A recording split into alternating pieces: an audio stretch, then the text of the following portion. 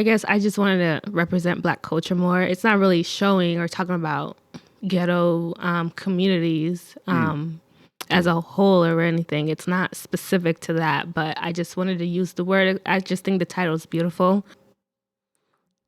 Hey, and welcome back to this week's episode of the TF Cast. I'm your host, Willis. Hey, Grum here. It is the 1st of November in the solarium. And I'm your host, Jacob Bazes. Today we are so pleased to welcome Love Quetee, who is here to talk about her show at the 410 Project, Ghetto Visionary, opening on November 10th. Love, if you could just introduce yourself to the audience and let us know what it's going to be about there at the 10th.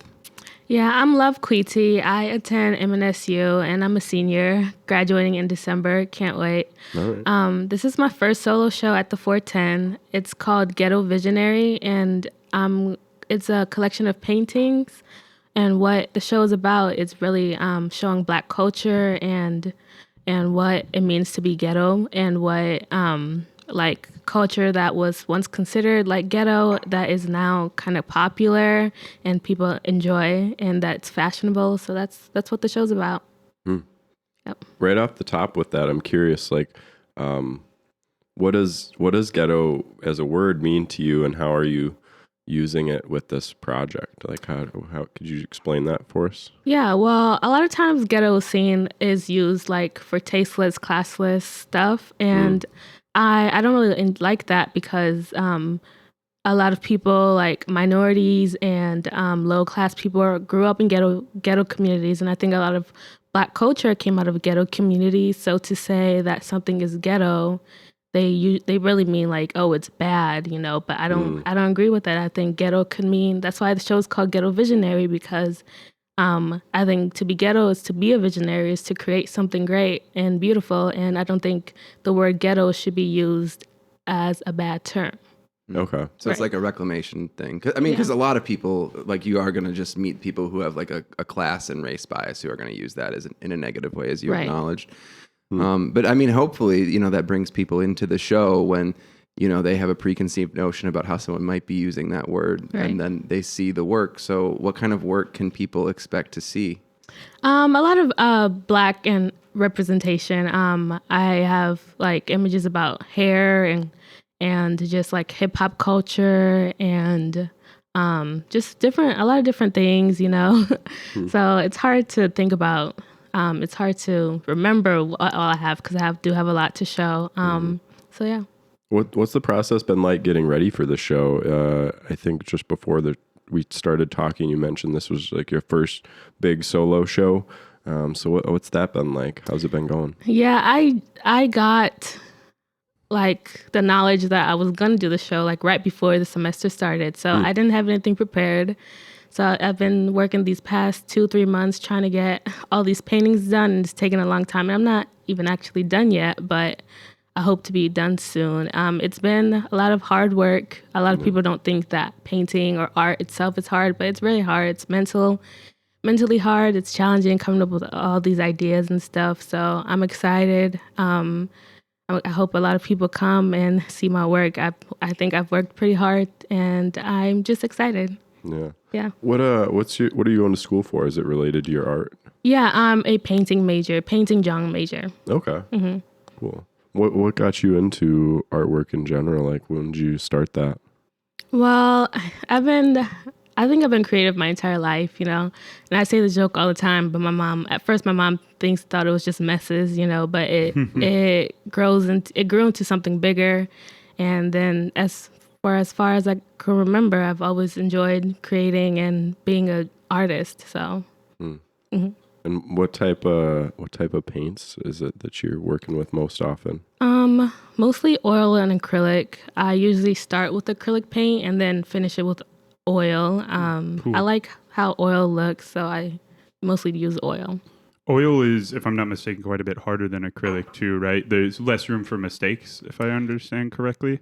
No, well, I mean, it depends. It varies person by person. I think since oil dries slower, there's more room for mistakes because you can just go over it and fix it. Acrylic dries a lot faster, so if you make it, you can still cover it, but it just takes a lot more layers with acrylic. Yeah. And so you do a base of acrylic and then oils on the top. Is that something you worked into or learned recently? When did you start doing that format? Well, I first started with just oil, but then I realized that I think it's easier for me, it's easier if I get as much detail as I can with acrylic and then go over it with oil, because I think the process is faster. And then with that, I don't have to add too many layers of oil, and then I'd be done faster. Oil is quite a bit like thinner as it dries, right? It's like harder to get like texture out of it. Yeah. Cool. Interesting. And what did your art look like as a child? You mentioned your mom thought it was maybe just a mess, but like what when you think about what you were practicing growing up, what was that like? Well, it was a lot of cutting, cutting up things, cutting up my clothes, cutting up paper. It wasn't really like drawing or painting at first, but I don't know. I really don't know what got me into it, I guess. I found it as a relief, and I found that I was good at it. So that's what I did. Cool. What was the point in your life like where you determined that you were going to like pursue something more like in line with like painting or drawing or more like traditional fine art kind of? I think I've always been interested in like fine art. Even though I kind of started off with craft, but I think because I do portraits and I love drawing people, and I love like the human body and human forms. So that's why I do portraits. So I think once I started actually drawing portraits, I think people thought it was cool, and I was like, oh yeah, I'm cool. I know how to draw people, So I just continue with that. Yeah. And so a lot of your work focuses on people. Do you, a lot of people, I think, say that drawing people is one of the harder things to draw. Maybe it's just difficult to, they'll reference something like hands or faces. How do you think about, what are the challenges that you face with your art, and like, what are you practicing now? What are you working on? One of the challenges for sure is that I'm not as imaginative as some other people are. Like, I feel like I always need a reference, or I always need to make a reference. Like, I need to see it to do it. So I think that's a challenge. And I could be a lot more expressive with myself. And that's something that I hope to get into as I grow as an artist. Oh, yeah. What does that path look like for you? Like, where do you envision yourself leaving MNSU? I actually hope to get into grad school, and they do have a grad program at MNSU, but they don't have the one that I'm looking for. And with that, I can say my art career doesn't take off like I want to. I can always become a teacher if I get accepted somewhere and teach there. So I can always be like within the art industry. So yeah. Yeah. And when you say like as you want it to, like, do you have like a vision for how you would like you want to be like selling paintings in galleries or? Yeah, doing shows would be like the best option, I think. I also I love painting for people. I do a lot of commissions, and I do a lot of special art requests. So that's what I want to do. Just take commissions, paint freely, paint as I want to, and make money with that. And it's hard, it's tough. Not a lot of people appreciate art like other people do, so it's not easy to become an artist. Yeah. Do you do much vending?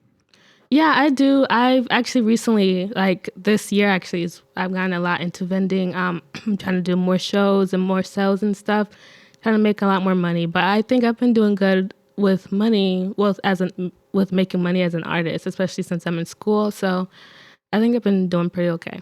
Cool. We've had a lot of people say that they really kind of hate doing commissions. So it's cool to hear that it's like something that you seem to enjoy. And you also mentioned earlier that you were like envisioning these deadlines at the 410. So it's hard not to imagine that you don't have like a pretty good type of ethic about, getting work done as a client needs it. Like, how do you approach that? Like, how is your mindset changing as the due date arrives? Well, I think I work pretty fast, actually. And as I've grown, I've started working a lot faster.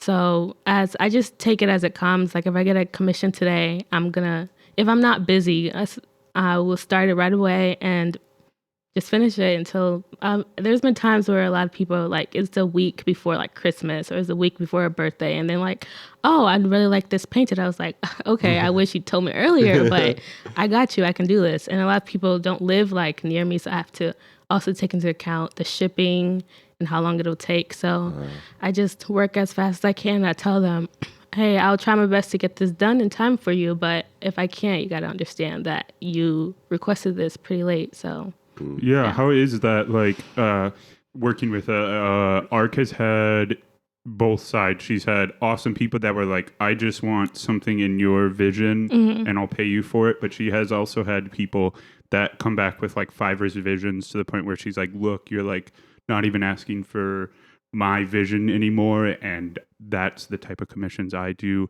How do you like balance those things when dealing with clients? Yeah, like I said, I like painting for people. So I think I mean, as an artist, I think your vision is important, but for me, like I said, I'm not very imaginative. So I think even if they come in, they're like, hey, I want this specific thing done. Like, I'd be like, okay, cool, I got you, because it's what they want, you know, I'm doing it for them, you know, so they're coming to me. So it doesn't really bother me that they want something specific done that I can't put my vision into. I see. Are they in a lot of cases giving you a reference? Like, I want my daughter, mom painted in this way. Is that kind of how that works? A lot of people bring pictures. Sometimes it's like 10 different pictures and they're like, hey, can you put this into one for me? And I'm like, yeah, I can do that. Yeah. Wow. That's interesting. I haven't heard about that style of commission before. That's cool. Yeah, you've made a couple comments about like your creativity and being like, I'm not that creative. But when it comes together, like with putting together a show, like you have at the 410, like you made a general like a statement about the through line being like Black culture. It must take a lot of creativity to, you know, like make a unifying show. How do you visualize that? Yeah. Well, for one, it took me a while to come up with what I wanted to represent and show at the show. I know I remember a while ago, I thought I saw something that said Ghetto Visionary. I was like, this is cool, you know, and I always kept it at the back of my mind.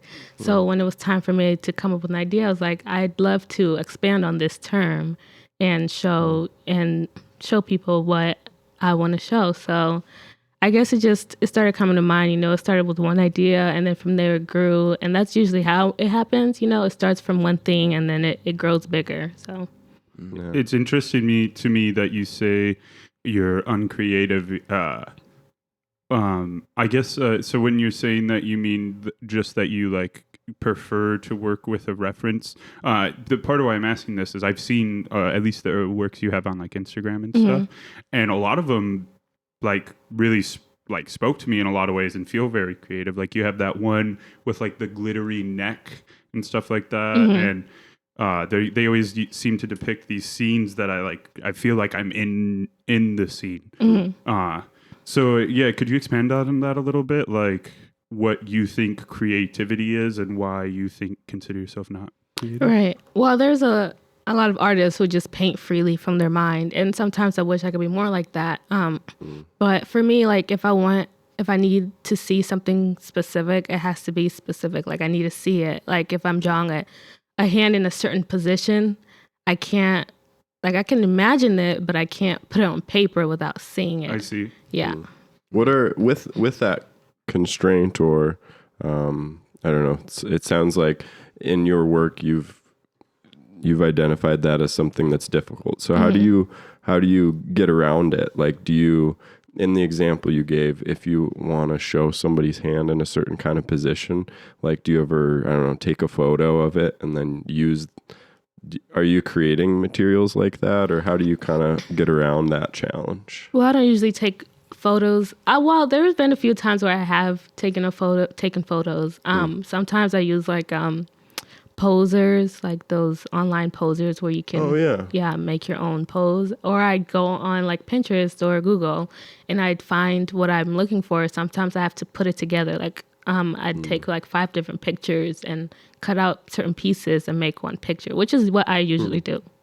Yeah, so it's sort of like it's a lot, collage yeah, artist. so it's and more then, individual. So I'm not like taking somebody's specific work and making it my own. That's cool. I can imagine the posers online. I've never used one. I'm imagining it's like those wooden figures you sometimes see in an art studio or something. You can kind of create the shape, but it's a digital version. People use them for like storyboarding and stuff too. Oh yeah, that's neat. We've heard a lot of similar sentiments from people who are like photographers or, other stuff like that, where, they'll like even just the process of deciding that you're going to go down the path of artistry requires a lot of creative thought, because like it is a survival for like forever. Like you have to maintain a, good public standing and sell things in a like it just isn't a way that people survive, because it would certainly be easier to get like an accounting degree or something. Yeah. Easier, but we're all boring. here. Yeah. I agree. Yep.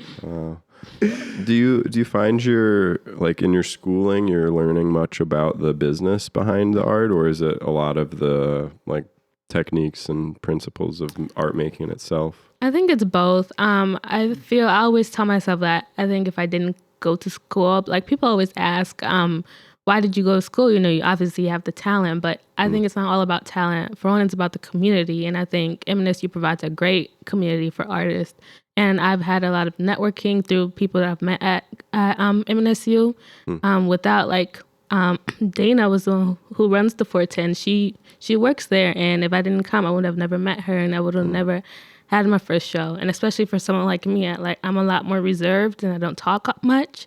So I don't think I advocate for myself a lot. So to have a community full of artists and people who can get you where you want to be, I think it's great. So that's why I enjoy the school a lot, and I'm very appreciative of MNSU for that. Sure. I also kind of want to return to another thing that you had said earlier, when you were talking about how you wanted to contribute to the conversation, when you were using the title of your show. Is that a conversation that's happening like within yourself, or like online, or like in the community around you? I mean, it could certainly be all three, but do you know what I mean? How you said that I'm focusing on the word contribute, because like I imagine that like America is kind of like in this big reconciling moment with how we're going to handle race. And like, I just want to know, like, what's that like inside the university, or is that like more of a global thing? I think the university is very diverse. I think like this is funny because funny story, I was on the bus and I heard some girl said there's a lot more black people this year, like nicely, and I was like, yeah, I think the university is very diverse, and I think they're very welcoming. There's a lot of different programs, and I think I don't know, I guess it's not something that I really think about, but it's nice to see a lot of diversity. Yeah. I mean, you definitely like you feel that when you're like this, like we shoot on campus here, like we're just a few blocks away from campus, so like you definitely like know when you're on campus and you're not, because there's just like a ton of people walking all the time, and it is much more like diverse and well populated than the rest of Mankato. I agree. And I think it's because a lot of people do live on campus, so you see that on campus, but like when you go to other places like Walmart, maybe there's not a lot of different diversity. But yeah, I mean, campus is kind of an island too. Yeah, it's its own like thing. It's like nestled away. I imagine what Mankato would be like if campus was just literally anywhere else, but like on a hill with the weirdest roads ever connecting it to anything else. Yeah, that's why. Yeah, would we even be here if campus wasn't up here? I don't know. Yeah. Maybe there's just like a water park up at the top of the hill. But there's still got to be like 15,000 people somewhere else in Mankato. Like if it was downtown, that'd be wild. Like if it was like kind of like behind locale. Yeah, or like around the river or something. Yeah. Like it would be. I think our downtown district would be very different. Yeah. In the conversation about like ghetto or ghetto-ness, I find that a lot of times things are attributed to that that are actually consequences of like lower economic standing and lack of generational wealth. Right. And it feels like these actual culture, like parts of the culture get opted in with just like consequences of economic security. Is that kind of what the idea of this show is? Like, this stuff is beautiful, stop relating everything to this kind of thing? Not necessarily. I guess I just wanted to represent Black culture more. It's not really showing or talking about ghetto communities as a whole or anything. It's not specific to that, but I just wanted to use the word. I just think the title is beautiful. Yeah. And I really like it. So I just wanted to show Black culture. Love it. Yeah. Cool. Well, what does the final semester of your schooling look like? You mentioned you're graduating in this December, and congratulations. Thank That's you. exciting. So, what's this like wrapping up of the couple years of university here look like? Well, I'm only taking 2 classes. Well, I'm taking 4 classes, but 2 of them are like in person. So that's great because it gives me a lot of time to work on my artwork. Oh, great. It's pretty easy, smooth sailing. I'm having a good time, and I'm actually really going to miss MNSU. So sometimes, I think that I should get another degree just so I can stay. But Yeah. I think it's time for me to go. So yeah, maybe you should be a teacher if that's what you like.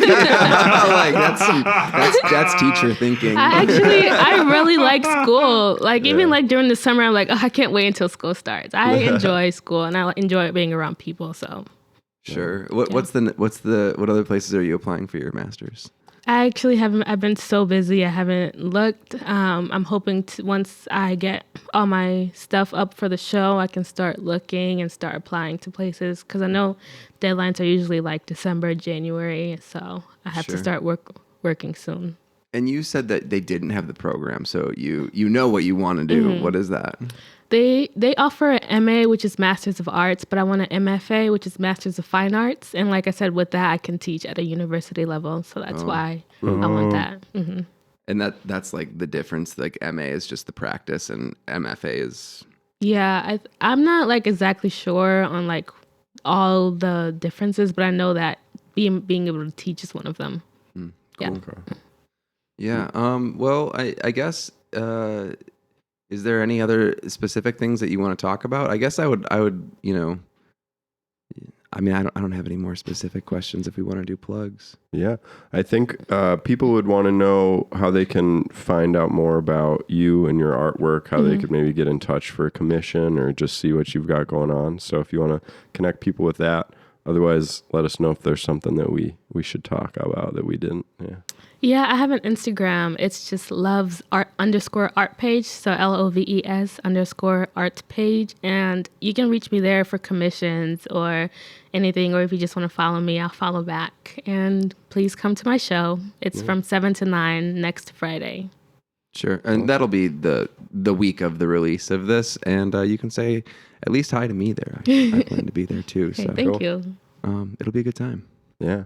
Well, awesome. I wish you the best with the upcoming show and future art career. Thank you. Yeah, thanks for coming on. Awesome.